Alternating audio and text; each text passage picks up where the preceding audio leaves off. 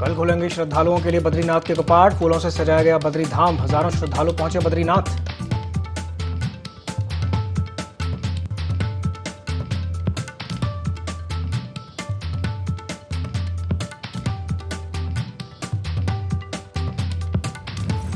उपनेता प्रतिपक्ष कापड़ी ने लगाए सीएम धामी पर आरोप। कहा, अपने चुनाव में व्यस्त हैं सीएम धामी, नहीं है प्रदेश पर ध्यान। विधायक निधि की हो रही जांच।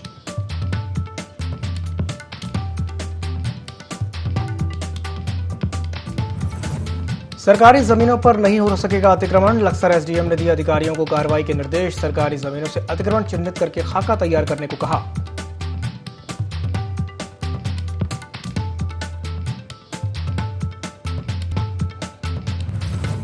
और प्रदेश में लगातार बढ़ रहे हैं गुमशुदगी के मामले। नाकाम साबित हो रही है उत्तराखंड पुलिस।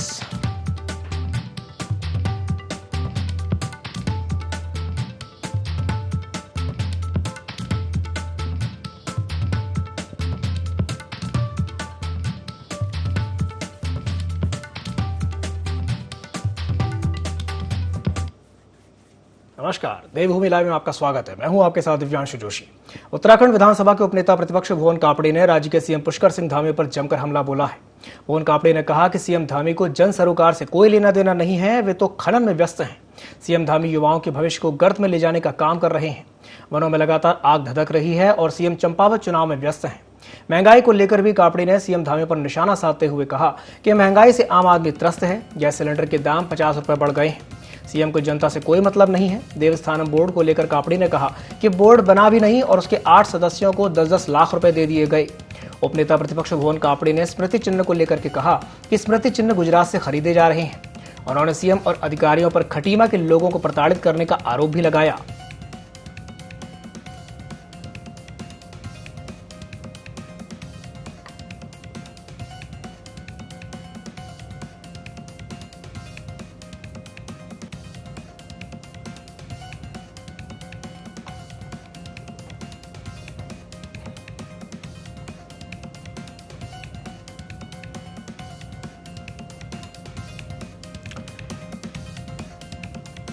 तो उत्तराखंड विधानसभा के उपनेता प्रतिपक्ष भुवन कापड़ी ने राज्य के सीएम पुष्कर सिंह धामी पर हमला बोला है।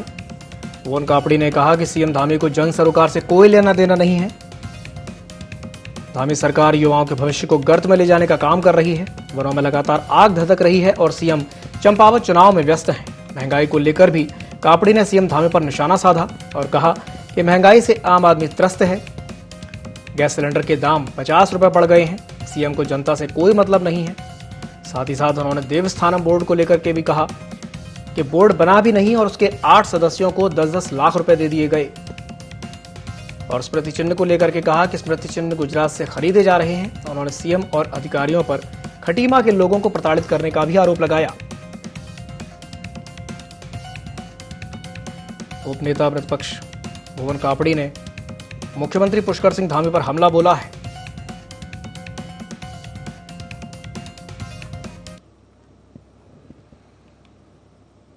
चमोली के जनपद मुख्यालय पहुंचे कांग्रेस प्रदेश अध्यक्ष करण माहरा ने बीजेपी सरकार पर बड़ा हमला बोला है। चारधाम यात्रा में हो रही अव्यवस्थाओं को लेकर के कई मुद्दों पर सवाल खड़े किए। कांग्रेस प्रदेश अध्यक्ष करण माहरा ने कहा कि यात्रियों को आधी अधूरी बनी सड़क, यात्रा के मुख्य पड़ाव पर पेयजल जैसी बड़ी समस्याओं का सामना करना पड़ रहा है। 2022 विधानसभा में हर वर्ग भाजपा सरकार के विरोध में था। कर्मचारी ओपीएस के मामले में नाराज तो वहीं पुलिस वर्ग 4600 पे ग्रेड पर नाखुश था। यूपी उत्तराखंड परिसंपत्तियों के बंटवारे में भी अनियमितता जाहिर की है। कुंभ आयोजित भूमि यूपी सरकार को देने पर भविष्य में उत्तराखंड सरकार को यूपी से अनुमति लेनी होगी। चंपावत विधानसभा उपचुनाव पर भी कहा कि कांग्रेस ने इस बार मजबूत प्रत्याशी निर्मला गहतोड़ी को मैदान में उतारा है।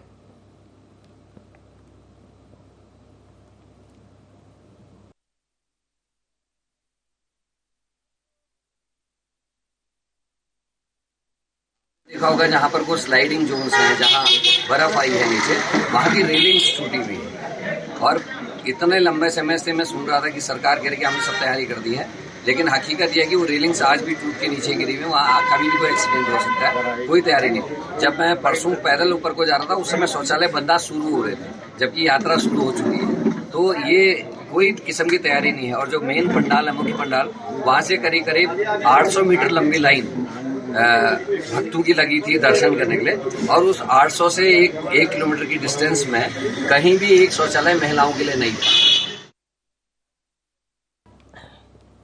उत्तराखंड में आम आदमी पार्टी संगठन मजबूती और विस्तार में जुट गई है। पार्टी के प्रदेश अध्यक्ष दीपक बाली ने संगठन में 13 नए लोगों को जिम्मेदारियां दी, जिसमें 8 प्रदेश उपाध्यक्ष, 1 संगठन समन्वयक, 1 प्रदेश महासचिव, 1 कोषाध्यक्ष सहित मीडिया और सोशल मीडिया प्रभारी बनाए गए हैं। इस मौके पर आप अध्यक्ष ने कहा कि पार्टी संगठन मजबूती पर काम कर रही है।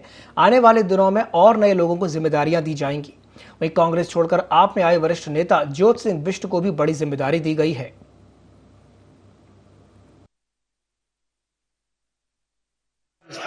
लेकिन उत्तराखंड के अंदर जो मेरा सबसे पहला काम था, आम आदमी पार्टी का पूरे प्रदेश के अंदर बूथ से लेकर जिले से लेकर विधानसभा और प्रदेश पर एक संगठन को खड़ा करना, जिससे कि हम जनता के लिए बेहतर तरीके से संघर्ष कर पाए। तो आज जो कमेटी का गठन हुआ है, ये अभी पहली कमेटी बनाई गई है। अब इस कमेटी के साथ लेकर लगातार विस्तार होते रहेंगे और बेहतर लोगों को बेहतर पदों पर बैठाकर जनता के बीच में काम करने के लिए भेजा जाएगा। अगली खबर लक्सर से है, जहां तालाबों और राजकीय भूमियों पर अतिक्रमण को लेकर के क्षेत्र के नवनियुक्त उप जिला मजिस्ट्रेट गोपाल राम बिनवाल सख्त नजर आ रहे हैं। उप जिला मजिस्ट्रेट ने इस मामले में क्षेत्र के तहसीलदार और नायब तहसीलदार के अलावा कानूनगो और लेखापालों को निर्धारित समयावधि के अंदर जवाब मांगा है। साथ ही तमाम अधिकारियों को सख्त निर्देश दिए और जल्द ही तालाबों और सरकारी जमीनों से अतिक्रमण चिन्हित करके एक खाका तैयार करने को कहा गया और अतिक्रमण मुक्त अभियान चलाकर इसे हटाने के आदेश दिए। इस मामले में क्षेत्रवासियों की लगातार शिकायतें मिल रही थीं।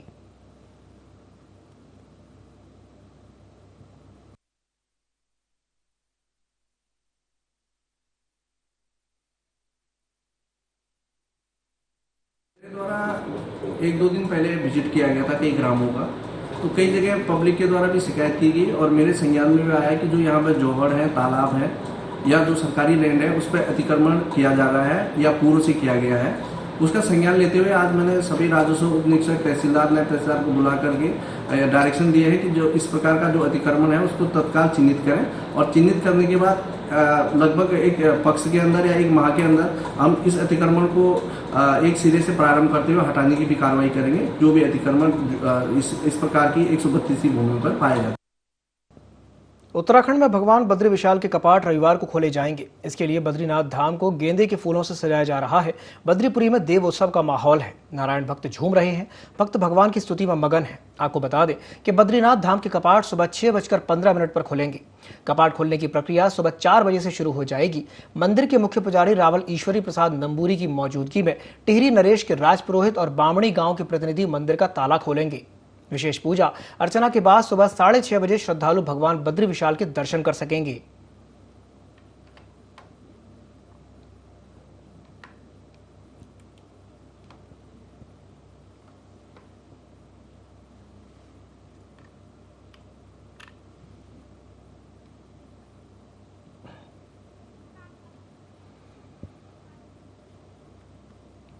उधम सिंह नगर के बाजपुर में हुई फायरिंग की घटना के मुख्य आरोपी अविनाश शर्मा और हरप्रीत सिंह को पुलिस ने गिरफ्तार कर लिया है। पैसों के लेन देन को लेकर के आरोपी अविनाश शर्मा और उसके साथियों ने नेत्रपाल शर्मा के घर पर जमकर फायरिंग की थी, जिसमें एक व्यक्ति की मौत हो गई थी। इस मामले में पुलिस अब तक 9 लोगों को गिरफ्तार कर चुकी है। आरोपियों से 3 वाहन और 4 लाइसेंसधारी हथियार भी बरामद किए गए हैं। एसएसपी मंजूनाथ ने इस मामले की गंभीरता से जांच करके जल्द ही दूसरे पक्ष के खिलाफ भी कार्रवाई करने की जानकारी दी।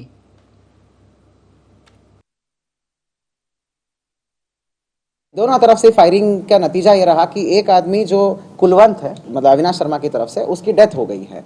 कुल मिला के 2 मुकदमे इसमें पंजीकृत है।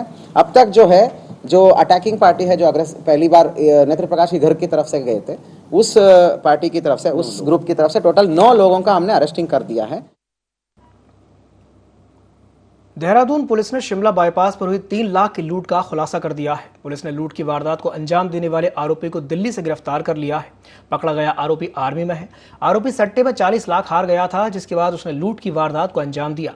वहीं पुलिस ने 28 अप्रैल को ही चेन स्नैचिंग की 6 वारदातों का भी खुलासा किया।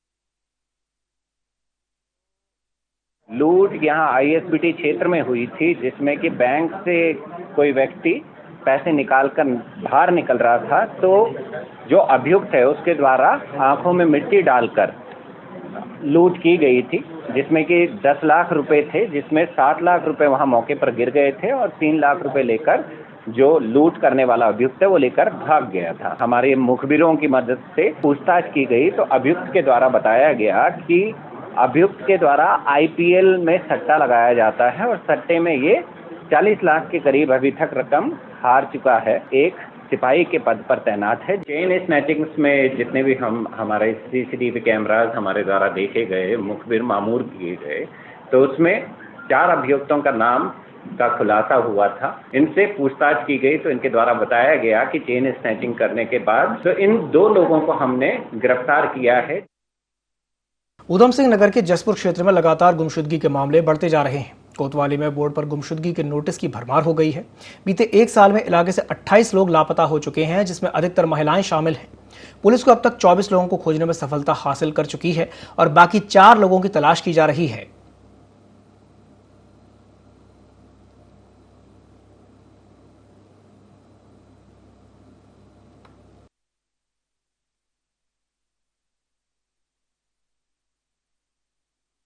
से अब तक कोतवाली में कुल 28 गुमशुदगी दर्ज हुई है, जिनमें से 22 महिलाओं की गुमशुदगी थी, 6 पुरुषों की गुमशुदगी थी।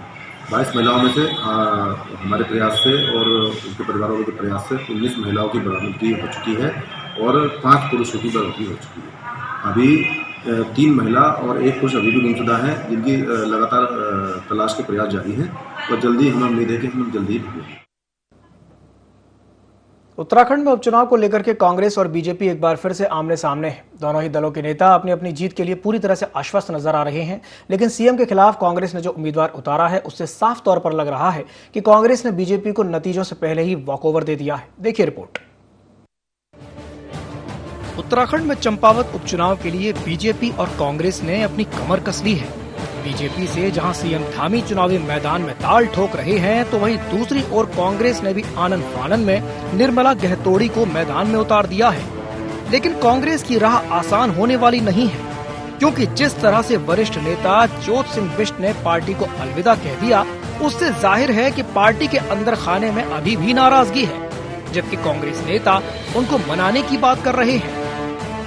बिष्ट जी हम सबके मार्गदर्शक हैं, हमारे बड़े भाई हैं, हमने उनसे बहुत कुछ सीखा है। इतने सालों में कर्तव्य निष्ठा किसको कहते हैं, समर्पण भाव किसको कहते हैं, पार्टी की सेवा किसको कहते हैं, ये बिष्ट जी ने ही मेरे जैसे को सिखाया है। लेकिन इस्तीफे नामंजूर भी होते हैं, रूठों को मनाया भी जाता है और ये बहुत मुझे विश्वास है कि जब उनसे संपर्क किया जाएगा, हमारे नेता उनके साथ बैठेंगे, हमारे कार्यकर्ताओं की उनसे बातचीत होगी, तो बिष्ट जी शने रुष्टा शने तुष्टा हैं और बहुत जल्दी उनका मन पिघल जाएगा।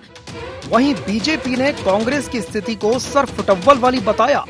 बीजेपी प्रवक्ता की माने तो चंपावत चुनाव में बीजेपी जीत के लिए पूरी तरह से आश्वस्त है। बीजेपी संगठन ने सभी कार्यकर्ताओं को अपनी जिम्मेदारी पहले ही बांट दी है और कांग्रेस के दावे एक बार फिर चंपावत चुनाव में हवाई ही साबित होंगे। देखिए, कांग्रेस एक कंफ्यूज पार्टी है। कांग्रेस का जो आला नेतृत्व है वो कंफ्यूज है, इसलिए कांग्रेस के तमाम जो प्रदेश के नेता हैं वो समझ चुके हैं कि कांग्रेस का न भविष्य है, न कांग्रेस के पास नेता है, न नेतृत्व है। इसलिए कांग्रेस के तमाम नेता धीरे धीरे पार्टी को छोड़ रहे हैं। आने वाले समय में देखिएगा कांग्रेस का क्या हासिल होने वाला है। सबसे मजबूत बूथ जीता चुनाव जीता, इस पर हम काम करने वाले लोग हैं। निश्चित रूप से हमारा पन्ना प्रमुख, हमारा बूथ के अध्यक्ष, हमारे मंडलों के अध्यक्ष, पूरी चंपावत विधानसभा के जितने मंडल अध्यक्ष हैं, जितने बूथ अध्यक्ष हैं, सब सक्रिय हैं, अपने अपने बूथों में काम कर रहे हैं। एक प्रचंड जीत के साथ भारतीय जनता पार्टी उस सीट को जीतने वाली है। चंपावत उपचुनाव के लिए जहां खुद मुख्यमंत्री प्रत्याशी है, वहीं कांग्रेस ने भी अपना प्रत्याशी घोषित कर दिया है। लेकिन जिस तरीके से जोत सिंह बिष्ट ने पार्टी को अलविदा कह दिया, उससे साफ तौर पर यह लग रहा है कि कांग्रेस के जो वादे हैं वो खोखले नजर आ रहे हैं। वहीं भारतीय जनता पार्टी की बात करें तो भारतीय जनता पार्टी साफ तौर पर यह कह चुकी है कि कांग्रेस डूबता हुआ जहाज है और आने वाले चुनाव में बीजेपी कांग्रेस को बड़ी शिकस्त देगी। देहरादून से कैमरा पर्सन मयूर उपाध्याय के साथ IND24 के लिए कैलाश बिष्ट। WHO की रिपोर्ट जारी होने के बाद गदरपुर यूथ कांग्रेस के प्रदेश अध्यक्ष सुमित्र भुल्लर ने केंद्र सरकार पर जमकर हमला बोला। भुल्लर ने कहा कि कोरोना काल के दौरान सरकार लोगों की जान बचाने में पूरी तरह से नाकाम रही। यही नहीं, कोरोना से हुई मौतों का आंकड़ा भी सरकार छिपाती रही, जबकि WHO की रिपोर्ट के मुताबिक कोरोना की वजह से करीब 48 लाख लोगों की जान गई, जो कि सरकार के लिए शर्मसार करने वाली बात है। उन्होंने सरकार से कोरोना महामारी से मारे गए लोगों के परिवारों को चिन्हित करके प्रत्येक परिवार को 4 लाख रुपए मुआवजा देने की मांग की।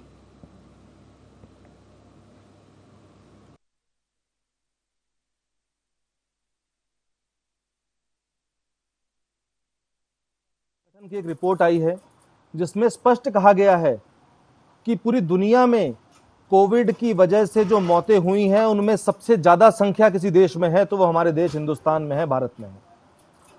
हमारे देश की सरकार लगातार तथ्यों को छुपाने का काम करती रही, आंकड़ों के साथ छेड़छाड़ करने का काम करती रही और अपनी छवि को बचाने के लिए सरकार ने जो आंकड़े देशवासियों के सामने प्रस्तुत किए उसके अनुसार 4.7 लाख 4,70,000 से 80,000 लोगों की मौत कोविड की वजह से हुई है। सरकार को जिम्मेदारी दिखाते हुए आगे आना चाहिए और साथ ही साथ जो 4 लाख मुआवजे की घोषणा की गई थी प्रत्येक परिवार को मुहैया करानी चाहिए जिस परिवार ने अपने प्रियजन को, अपने साथी को खोया है। चंपावत विधानसभा उपचुनाव को लेकर उत्तराखंड की सियासत गरमाई हुई है। कांग्रेस सरकार को लगातार घेरने की कोशिशें कर रही है। विधानसभा में उपनेता प्रतिपक्ष भुवन कापड़ी ने सीएम पुष्कर सिंह धामी पर जमकर निशाना साधा। कापड़ी ने कहा कि खटीमा की जनता ने सीएम धामी को नकार दिया है, चंपावत में भी धामी नकारे जाएंगे। उपनेता प्रतिपक्ष भुवन कापड़ी ने कहा कि सीएम पुष्कर सिंह धामी चंपावत उपचुनाव से डरे हुए हैं। उन्होंने सीएम धामी की विधायक निधि पर भी सवाल उठाते हुए जांच करने की मांग की। साथ ही कापड़ी ने सीएम धामी पर गौशाला की जमीन पर चहेतों को कब्जा करवाने का आरोप लगाया।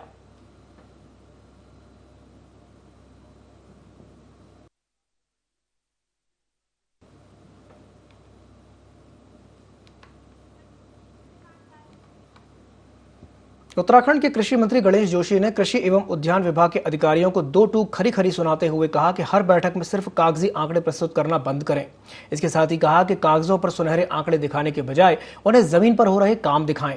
कृषि मंत्री ने कहा कि 15 दिनों के अंदर वास्तविक तथ्य और स्पष्ट रोड मैप बनाकर दें जिनका जमीनी सत्यापन करने वह खुद जाएंगे। दरअसल अपने कैंप कार्यालय में आयोजित कृषि एवं उद्यान विभाग की समीक्षा बैठक में कृषि मंत्री विभाग की कार्यशैली और अधिकारियों के रवैये पर तल्ख रुख लिए रहे। उन्होंने कहा कि मुझे कागजों में बताया जा रहा है कि हम 34% जैविक खेती कर रहे हैं, जबकि अधिकारियों ने स्वयं ये माना है कि ये आंकड़ा 20% से अधिक नहीं है।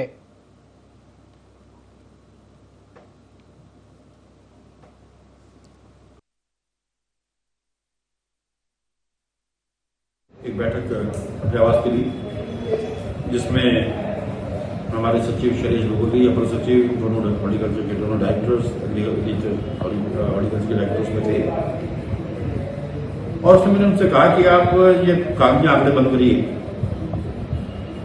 कि अधिकारी अभी तक जितने आंकड़े दे रहे हैं कागजों पर दे रहे हैं। मैंने जब क्षेत्र भ्रमण के दौरान मैं जब जमीन पर मैंने देखा, मुझे बताया गया कि वी आर 34% ऑलरेडी, लेकिन ग्राउंड में जब मैंने अभी जब यहाँ पर पूछा तो उन्होंने स्वीकारा कि हम 20% भी नहीं है और अधिक में हमारे यहाँ बहुत संभावनाएं हैं।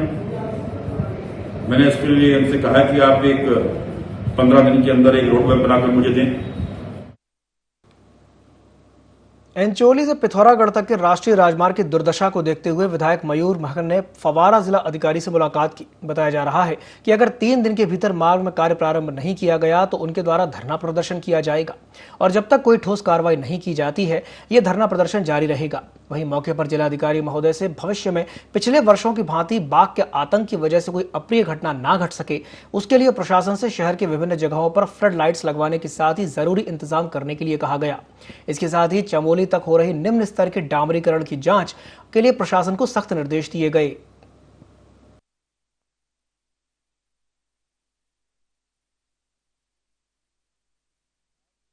महोदय से हम 3 समस्याओं को लेकर मिलने आए हैं। उनमें क्रमवार पहली समस्या यह है कि जो एंचोली से पिथौरागढ़ शहर तक जो मोटर मार्ग है वो बहुत ज़्यादा क्षतिग्रस्त हो चुका है। तो आज हम जिलाधिकारी महोदय को ये नोटिस देने आए हैं कि मंडे से कांग्रेस, मैं और कांग्रेस जन हम सभी यहाँ पर आमरण अनशन में बैठेंगे और जब तक उस रोड का काम शुरू नहीं होता है हम तब तक यहाँ से नहीं हिलेंगे। ये हम उनको अवगत कराने आए हैं। जो दूसरा बिंदु है वह है जो हमारे पौड़, पबदेव, बजेटी, सुखोली गाँव हैं, इनमें बाघ का बहुत आतंक है और पिछले सालों में वहाँ बाघ ने बहुत सारे लोगों को मारा है। तो हम चाहते हैं उन सारे गांव में हाई मास्क लाइट लगाई जाए, ठेकेदार को अच्छा काम करने के लिए दबाव बनाया जाए। तो इन 3 मांगों को लेकर हम कलेक्ट्रेट पे आए हैं और हम सोचते हैं कि कोई अप्रिय स्थिति आने से पहले सारे काम हो जाएं। नैनीताल में विधायक सरिता आर्या और जिला अधिकारी धीरज गर्ब्याल ने तमाम विभागों के अधिकारियों की बैठक ली, जिसमें हर घर नल हर घर जल के तहत बेताल घाट, रामगढ़ सहित अन्य जगहों पर लंबित कार्यों को जल्द से जल्द पूरा कराने के निर्देश दिए गए। बैठक में विधायक सरिता आर्या ने जिन स्थानों पर बजट के अभाव में कार्य नहीं हो पा रहे हैं उनकी सूची उपलब्ध कराने के निर्देश भी दिए, ताकि विधायक निधि और जिला योजना के कार्य पूर्ण करने के लिए बजट दिया जा सके। इसके साथ ही जिलाधिकारी धीरज गर्ब्याल ने पानी का आवंटन सही ढंग से न करने वाले ऑपरेटरों को तत्काल हटाने के निर्देश दिए।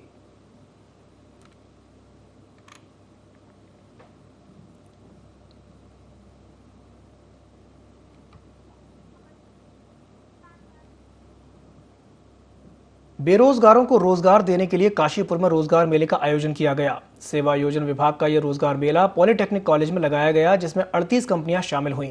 मेले में 1500 बच्चों को रोजगार मिला। मेले का शुभारंभ करते हुए जिलाधिकारी युगल किशोर पंत ने कहा कि पॉलिटेक्निक के छात्रों को इस बार वरीयता के आधार पर रोजगार देने का प्रयास किया गया है। प्रदेश के युवाओं को रोजगार के बेहतर अवसर मिले, इसके लिए कंपनियों के जरिए ज्यादा से ज्यादा रोजगार प्रदेश के युवाओं को देने का प्रयास किया जा रहा है।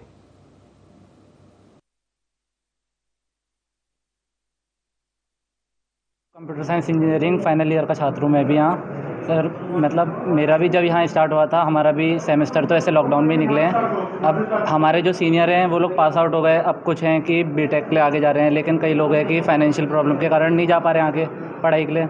अब उनको तो है कि रोज़गार मिले। 2 साल से कंपनियाँ नहीं आ रही हैं, अब इस बार आ रही हैं और बहुत सारी कंपनियाँ हैं, तो बहुत अच्छी अपॉर्चुनिटी है उनके लिए भी, ताकि अब एक स्टार्ट तो कहीं ना कहीं से करना ही है, उनको एक ऑफर है अच्छा। बुलेटिन में फिलहाल के लिए इतना ही, दीजिए इजाजत, नमस्कार।